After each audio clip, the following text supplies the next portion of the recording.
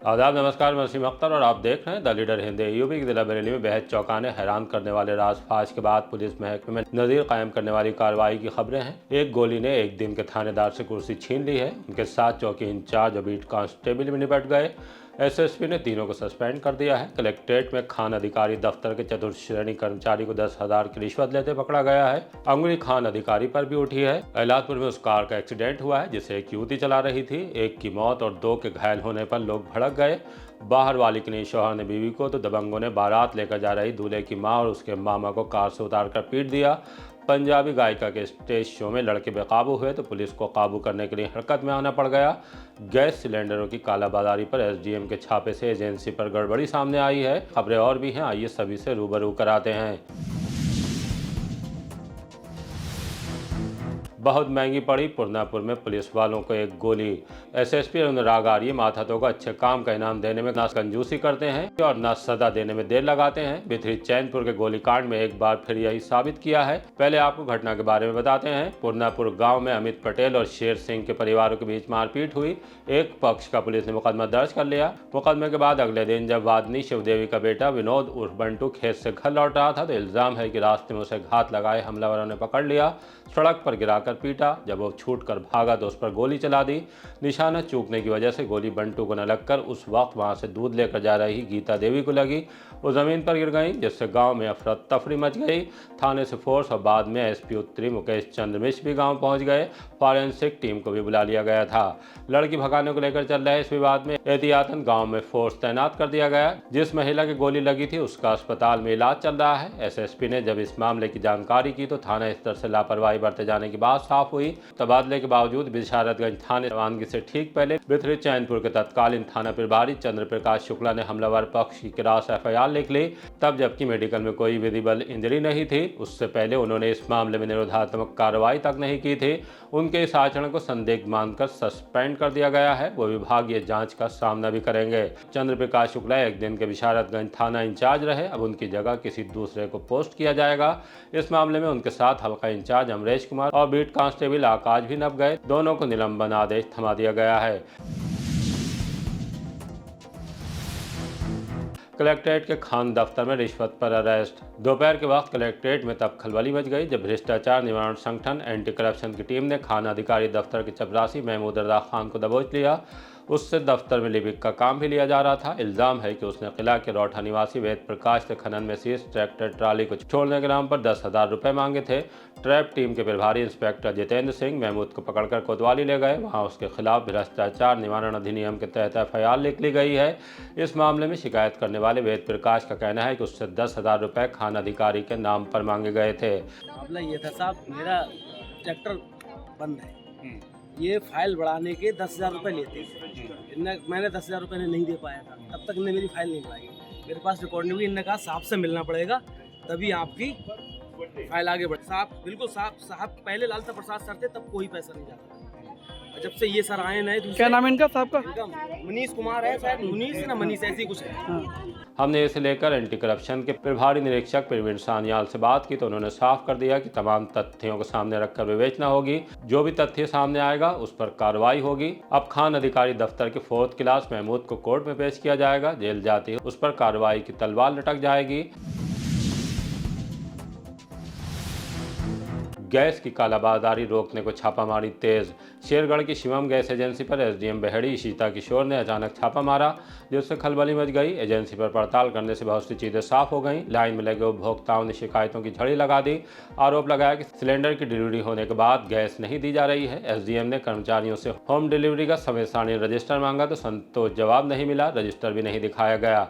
निरीक्षण के दौरान एसडीएम को जानकारी मिली कि एजेंसी से करीब 100 मीटर दूर शाही शेरगढ़ बहेड़ी मार्ग पर मंदिर के पास सिलेंडरों का वितरण हो रहा है। एसडीएम तमाम कमियां पकड़ने के बाद एजेंसी से लौट आई। इसी के साथ कार्रवाई की सुगबुगाहट शुरू हो गई है। क्रेटा कार की टक्कर से मौत तो भड़क गई भीड़।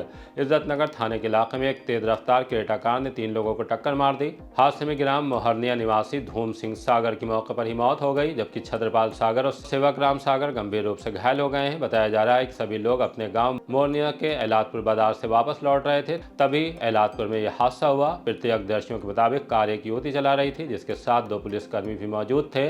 घटना की सूचना मिलते ही थाना इज्जतनगर पुलिस मौके पर पहुंची और हालात को संभाला। मृतक के शव को कब्जे में लेने के बाद पोस्टमार्टम के लिए भेज दिया है, जबकि घायलों का इलाज एलादपुर के जय नारायण अस्पताल में जारी है। हादसे के बाद गुस्साए ग्रामीणों ने एलादपुर चौकी पहुंचकर विरोध प्रदर्शन किया और कार्रवाई की मांग की। मौके पर फोर्स मौजूद है और लोगों को समझाने के प्रयास चल रहे हैं। एक्सीडेंट के बाद हाईवे पर तड़पता रहा युवक। सीबीगंज के इलाके में आज एक बार फिर दर्दनाक एक्सीडेंट हुआ। परसाखेड़ा चौकी से करीब 20-25 मीटर दूर बाइक सवार को किसी तेज रफ्तार वाहन ने टक्कर मार दी। हादसे में गंभीर रूप से घायल युवक काफी देर सड़क पर तड़पता रहा। बाद में पुलिस ने पहुंचकर अस्पताल भिजवाया, लेकिन डॉक्टरों ने उसे मृत घोषित कर दिया। युवक की पहचान बंडिया निवासी सनी कश्यप 25 साल के रूप में हुई है। वो परसाखेड़ा की प्राइवेट फैक्ट्री में काम करता था। लंच टाइम में खाना खाने जाते वक्त हादसे का शिकार बन गया। सनी 3 बहनों का इकलौता भाई था। उसकी मौत से पत्नी पिंकी का रोकर बुरा हाल है। उनके एक 1.5 साल का बेटा है। पुलिस ने हादसे के बाद टक्कर मारकर फरार होने वाले वाहन की तलाश शुरू कर दी है। 1 किलो से ज्यादा गांजे के साथ एक गिरफ्तार। भूता पुलिस ने ग्राम गंगापुर डबौरा में एक घर पर छापा मारकर वहां से 1 किलो 100 ग्राम अवैध गांजा बरामद कर लिया। तब यहां से हिरासत में लेकर धर्मपाल को थाने ले जाया गया। उससे 900 रुपए भी बरामद हुए हैं। पूछताछ में धर्मपाल ने पुलिस को बताया कि बिलवा पुल के पास हाईवे पर चलने वाले ट्रक ड्राइवर से गांजा खरीदकर बाद में उसे महंगे दाम पर बेचता है। पुलिस ने उसके खिलाफ NDPS एक्ट में मुकदमा दर्ज कर लिया है। कोर्ट में पेश किए जाने की तैयारी है। नाले में नवजात की लाश मिलने से खलबली। सिरौली कस्बे में सुबह के वक्त नाले में एक नवजात का शव दिखाई देने से भीड़ इकट्ठा हो गई। तमाम तरह की चर्चाएं शुरू कर दी गई। सूचना मिलने के बाद पुलिस भी पहुंच गई। शव को कब्जे में ले लिया गया है। नाले में जहां की नवजात का शव मिला है, वहां से एक नर्सिंग होम 100 मीटर दूर है। इसे लेकर तमाम संभावनाएं लोगों की जुबान पर गश्त करने लगी। खैर, पुलिस ने मामले में छानबीन शुरू कर दी है। CCTV फुटेज की भी तलाश की जा रही है। निगम में पार्षदों का कुनबा बढ़ा, दिलाई गई शपथ।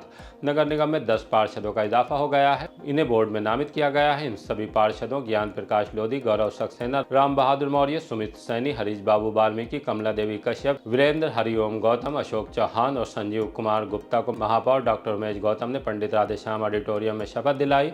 आइए सुनवाते हैं कि इस मौके पर उन्होंने क्या कहा है। देखिए, आज शासन द्वारा नामित 10 पार्षदों का शपथ ग्रहण समारोह था, जिसमें सभी ने शपथ ली है और अब हमारे नगर निगम की ताकत और ज़्यादा बढ़ गई है। जनता की सेवा हम और ज़्यादा तरीके से कर पाएंगे। बरेली लगातार बदल रहा है। बरेली 2017 के बाद से लगातार बदला है। लोगों ने अपने आप बरेली को देखा है। अब बरेली को लोग पुलों की नगरी कहने लगे हैं। लोगों को अब अतिक्रमण मुक्त बरेली नज़र आता है। अब चौड़ी सड़कें नज़र आती हैं। पेयजल की आपूर्ति साफ स्वच्छ जल के रूप में लोगों को मिल रही है। सीवर लाइनें लगातार बिछ रही हैं। मलिन बस्तियां जिनके बारे में कोई सोचता नहीं था, आज लोग वहां टहलने जा रहे हैं। तो लगातार बरेली में बहुत सारे विकास के कार्य हो रहे हैं। बाकरगंज जो पहाड़ के कूड़ों के लिए जाना जाता था, वहां से वो पहाड़ के बड़े बड़े 8 कूड़े के ढेर हट चुके हैं। तो वहां के लोगों का भी जीवन अब पटरी पर लौटने लगा है। तो लगातार बरेली विकास के रास्ते पर चल रहा है। जहां आज ये शपथ ग्रहण हुआ है वो भी देखा आपने, पंडित राधेश्याम कथावाचक ऑडिटोरियम, ये भी नगर निगम की ही बरेली को देन है। तो बरेली में लगातार नगर निगम हर तरीके से विकास कार्यों के लिए आगे बढ़ रहा है और 10 नामित पार्षदों के आने से हम और तेज़ी से बरेली के जनता की सेवा कर पाएंगे। शपथ ग्रहण समारोह में वन मंत्री डॉक्टर अरुण कुमार, सांसद छत्रपाल सिंह गंगवार, MLC बहुरन लाल मौर्य, भाजपा महानगर अध्यक्ष अधीर सक्सेना, एडवोकेट अनिल सक्सेना और नगर आयुक्त संजीव कुमार मौर्य इत्यादि मौजूद रहे। शौहर ने महबूबा के लिए बीवी को पीट दिया। थाना इज्जतनगर से शादीशुदा रिश्तों में बाहर वाली के सबब कड़वाहट भूलने का मामला सामने आया है। फरीदापुर चौधरी की तरन्नुम ने एसएसपी दफ्तर पहुंचकर शौहर और उसके घर वालों की शिकायत की है। बताया है कि 5 लाख रुपए मायके से लाकर देने की मांग की जा रही है। नहीं लाने पर करंट प्रभावित तारों के झटके दिए गए। शौहर कह रहे हैं कि एक दूसरी लड़की से शादी कर लूंगा तब, जबकि उनकी अपनी बेटी बड़ी हो गई है। एसएसपी से शौहर और उसके घर वालों पर उन्होंने कार्रवाई की मांग की है। तरन्नुम में ये घटना हुई है, मेरे पति ने इस औरत से बिना कहे शादी कर ली है। किससे शादी की है? घर ये नीलो नाम की लड़की है। ये कहाँ की रहने वाली है? ये वैसे तो धंधे वाली है। मैंने इसको खुद पकड़ा है 7 आदमियों के संग में होटल में लुधियाने में। ये लुधियाने रहती है, ये रहने वाली बिहार की है।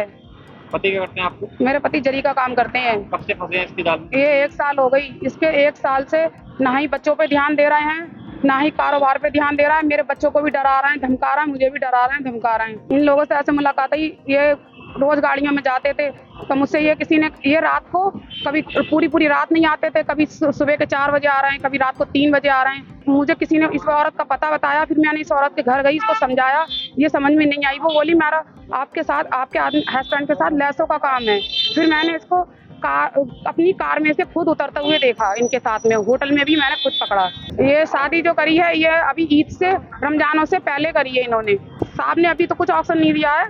वो ये कह रहे हैं आगे तुम्हारी सुनवाई करेंगे। वो कह रहा है मुझे समझौता करवाना। मैंने कहा मैं समझौता नहीं चाह रही हूँ। पंजाबी गायिका के कार्यक्रम में स्टूडेंट बेकाबू। फरीदपुर में फ्यूचर यूनिवर्सिटी के नवरंग 2026 फेस्ट में पंजाबी सिंगर सुनंदा शर्मा का शो था।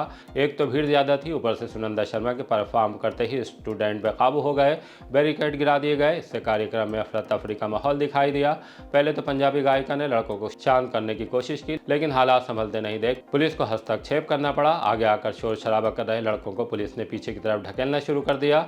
पुलिस के इस रुख को देखकर स्टूडेंट गेट की तरफ भागते दिखाई दिए। आइए आपको भी अफरा तफरी का नज़ारा दिखाते हैं।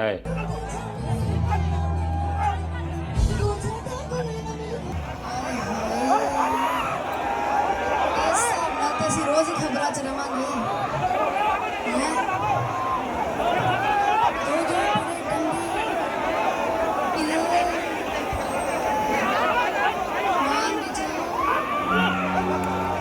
मुझे पता है आप सब बहुत ज्यादा प्यार करते हैं, लेकिन थोड़ा सा कंट्रोल में रहिए।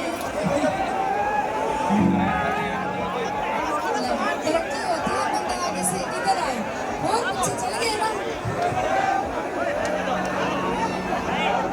तो सारे स्टूडेंट्स को मैं रिक्वेस्ट करती हूँ प्लीज प्यार से एंजॉय करें शो।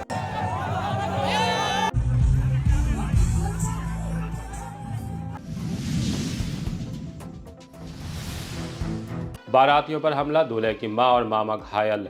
थाना किला के नवादिया सवाले नगर में अनवर हुसैन के बेटे अरमान की शादी थी। बारात लेकर फतेहगंज पश्चिमी जा रहे थे। रास्ते में दबंगों ने हमला कर दिया, जिसमें दूल्हे की मां और मामा दोनों घायल हो गए। घायलों ने थाना पहुंचकर पुलिस से शिकायत की। दोनों का मेडिकल परीक्षण कराया गया।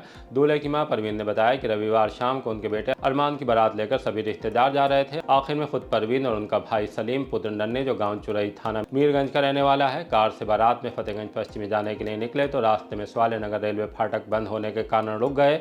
उसी दौरान अब्दुल अकील अहमद, शकील अहमद, नाजिम ने आकर लाठी डंडों और सरियों से हमला कर दिया, जिसमें परवीन और फ़हीम दोनों घायल हो गए हैं। ये झगड़ा पुरानी रंजिश को लेकर हुआ है, जिसमें लूट का इल्जाम भी लगाया गया है। फ़हीम, मैं अपने भांजे की शादी में आया था नवदिया से फिर शादी में जा रहा था। रास्ते में उसने अपने घर के जस्ट बराबर में फाटक पे घेर करके मुझे मारा। अब्दुल ने और उसका एक मामा है कोई शकील, अब्दुल ने सरिया से वार किया मेरे सर पे पीछे, और सोने की मेरी चैन खींची और एक अंगूठी सोने की वो भी खींची। बारात चली गई थी, मैं रह गया था। मैं अपनी पत्नी को लेकर के नवदिया फाटक पे कार से खड़ा था। इन्होंने मेरी कार की पहले चाबी खींची। जब मैं चाबी के पीछे भागा तब इन्होंने मेरे साथ मारपीट की और मेरी चैन खींची। थाने में मुकदमा लिखने के लिए आश्वासन दे दिया है, मेडिकल को भेजा है। खतरनाक एक्सीडेंट के बाद सबसे बड़ा राज फाश। आइए अब आपको उस राज से वाकिफ कराते हैं जिससे जानकर आपके होश उड़ जाएंगे। यूपी के जिला बरेली में अपनी तरह का ये पहला मामला है। इतनी गहरी साजिश की सुनकर होश उड़ जाएं। जी हां, कुछ ऐसा ही राजफाश उस एक्सीडेंट के बाद हुआ है जो गुजरे दिन बड़ा बाईपास पर परधौली गांव के सामने पेट्रोल पंप के पास हुआ था। बाइक सवार साहबजाद खान, मुमतियाज खान और बोलेरो में सवार पीलीभीत के सिकंदर उर्फ आकाश, फरीदपुर के मनमोहन और रामपुर के रहने वाले विशेष यादव की मौत हो गई थी। एक्सीडेंट के बाद एसपी सिटी मानुष पारिक भी मौके पर पहुंच गए थे। उन्होंने जब जिंदा बचे बोलेरो के ड्राइवर प्रिंस से प्राइवेट हॉस्पिटल में जाकर पूछताछ की तो उसकी बातचीत से उन्हें शक हुआ। इस शक को यकीन में बदलने के लिए वो प्रिंस से सवाल पर सवाल करते चले गए। वो शातिर था, चालाकी दिखाता रहा। घायल दोनों बच्चे किसके हैं, इस सवाल का भी उसने गोलमोल जवाब दिया। तब एसपी सिटी ने उसका मोबाइल चेक किया तो गैलरी में वीडियो देखते देखते उनकी उंगलियां व आंखों पर काली पट्टी बंधे एक शख्स पर ठिठक गईं। उसके बारे में प्रिंस से पूछा तो फिर से पुलिस को घुमाने लगा, लेकिन एसपी सिटी को इस गहरे राज को फाश करने के लिए उससे किलो मिल गया। इस तरह पुलिस फरीदपुर में आंखों पर काली पट्टी बंधे उस शख्स तक पहुंच गई। वो ऑटो चालक मनोज था। उसे एक कमरे में बंधक बना लिया गया था। इस हिला देने वाले मामले की विस्तृत जानकारी के लिए आइए अब आपको एसपी सिटी मानुष पारिक की प्रेस कॉन्फ्रेंस में लिए चलते हैं। ध्यान से सुनिएगा, एक एक बात चौंकने पर मजबूर कर देगी। दिनांक 5 अप्रैल 2026 को थाना सीबीगंज जनपद बरेली में एक दुर्घटना की सूचना आई। सूचना प्राप्त होते ही थाना पुलिस मौके पर पहुंची। इस दुर्घटना में एक बोलेरो गाड़ी, ये एक टैंकर खड़ा हुआ था रोड के साइड में, उस टैंकर के पीछे इसने टक्कर मारी बोलेरो गाड़ी ने। और बोलेरो गाड़ी में टोटल 4 सवार थे और 2 बच्चे थे, 4 आदमी और 2 बच्चे। इन 4 में से 3 की मृत्यु हो गई और एक व्यक्ति और 2 बच्चे ये घायल हुए। जो घायल थे इनको तत्काल थाना पुलिस ने एक अस्पताल में भर्ती कराया। इनका इलाज करवाया जा रहा है। इसमें जब इस दुर्घटना की समीक्षा पुलिस के द्वारा की जा रही थी तो उसमें जो घायल एक जो था, इसका नाम प्रिंस है, इससे जब पूछताछ की गई, इससे जब जानकारी ली गई तो कुछ संदिग्ध ये मालूम हुआ। ये बच्चे किसके थे, ये कहाँ से आ रहे थे, कहाँ को जा रहे थे।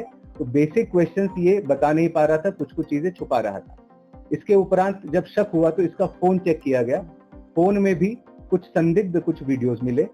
इस पे जब हमने और पूछताछ की और जानकारी की, गाड़ी कहाँ से आई है, गाड़ी का ओनर कौन है, तो उससे एक और व्यक्ति का हमें पता चला जो कि थाना फरीदपुर का रहने वाला था। इसका नाम नत्थू है।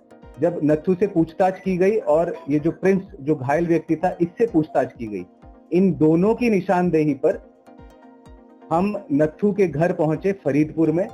और फरीदपुर में उसके घर से एक व्यक्ति बरामद हुआ। इसका नाम मनोज है। ये मूलतः फरीदपुर थाने का रहने वाला है और इसका हाल पता ये गुरुग्राम हरियाणा का है, जहां पर ये ऑटो चालक है। जो 2 बच्चे इस दुर्घटना में घायल थे वे इसी मनोज नाम के व्यक्ति के थे। इसमें जब और पूछताछ की गई, जब मनोज से जानकारी की गई तो पता लगा कि मनोज और उसके 2 बच्चों का अपहरण 4 तारीख को गुरुग्राम से हुआ था। जिसमें कि जब और जानकारी इनसे की गई और थाना DLF 1 गुरुग्राम की पुलिस से भी संपर्क किया गया तो वहां पर मुकदमा ये पंजीकृत किया गया है अंडर सेक्शन 137 BNS। मनोज की पत्नी ने अपहरण का मुकदमा वहां पर दर्ज कराया है। इसमें जो आगे पूछताछ की गई है उसमें अभी तक ये सामने आया है, जो मोटिव ये है कि मनमोहन, जो मृतक जो इसमें 3 थे गाड़ी में, उनमें से एक मृतक का नाम मनमोहन है। वह नत्थू का बेटा है। जो नत्थू जिसकी बात मैंने अभी बताई है, जिसके घर से मनोज बरामद हुआ है। मनोज की बहन की लड़की मनोज अपने साथ में रखता था, उसको गोद लिया हुआ था उसने। उसके साथ में मनमोहन का अफेयर चल रहा था, दोनों शादी करना चाह रहे थे और मनोज इसका विरोध करता था। इसी विवाद को लेकर ये अपहरण हुआ और इसमें जो भी जानकारी थी हमारे द्वारा, जो हरियाणा की पुलिस है उनको ये बता दी गई है।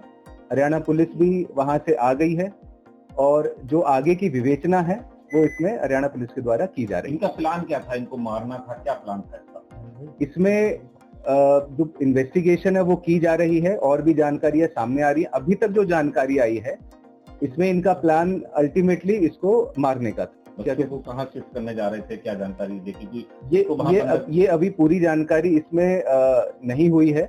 ये इतना जरूर है कि ये बच्चों को कहीं और शिफ्ट कर रहे थे और ये दिल्ली की तरफ जा रहे थे। जो मुरादाबाद बरेली हाईवे है उस पे ये दिल्ली की तरफ जा रहे थे। कितने लोग गिरफ्तार हैं इसमें, क्या इसमें अभी तक जो प्रिंस है जो घायल है और जो नत्थू, इसमें मैंने एक नाम बताया जिसके घर से ये व्यक्ति बरामद हुआ है, ये हिरासत में है और इसमें जो विवेचना है वो संबंधित पुलिस के द्वारा की जा रही है।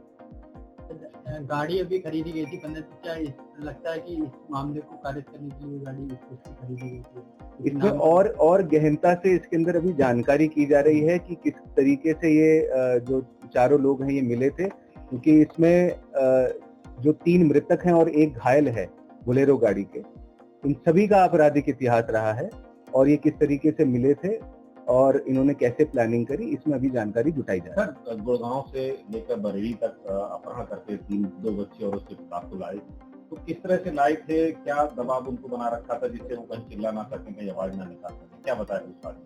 ये वैसे इन्वेस्टिगेशन का पार्ट है, इसमें अभी पूछताछ की जा रही है जो घायल है उससे और जो व्यक्ति पकड़ा गया है नत्थू उससे।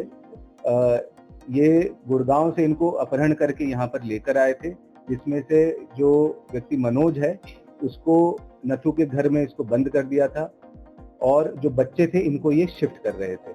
इसके अलावा जो बाकी चीजें हैं वो इन्वेस्टिगेशन के अंदर सामने बच्चों के गाड़ी की डिग्गी में डाल के ले जा रहे थे। जी ऐसा ही सामने आया है कि ये बच्चों को पीछे इन्होंने डिग्गी में बिठा रखा। इसी तरह की ताज़ा अपडेट जानने के लिए देखते रहिए द लीडर हिंदी। विदा लेने से पहले हमारी आपसे गुजारिश है कि हमारी रिपोर्टिंग पसंद आ रही है तो खबरों को शेयर कीजिए और हमारे चैनल को सब्सक्राइब करके हमारा हौसला ज़रूर बढ़ाइए।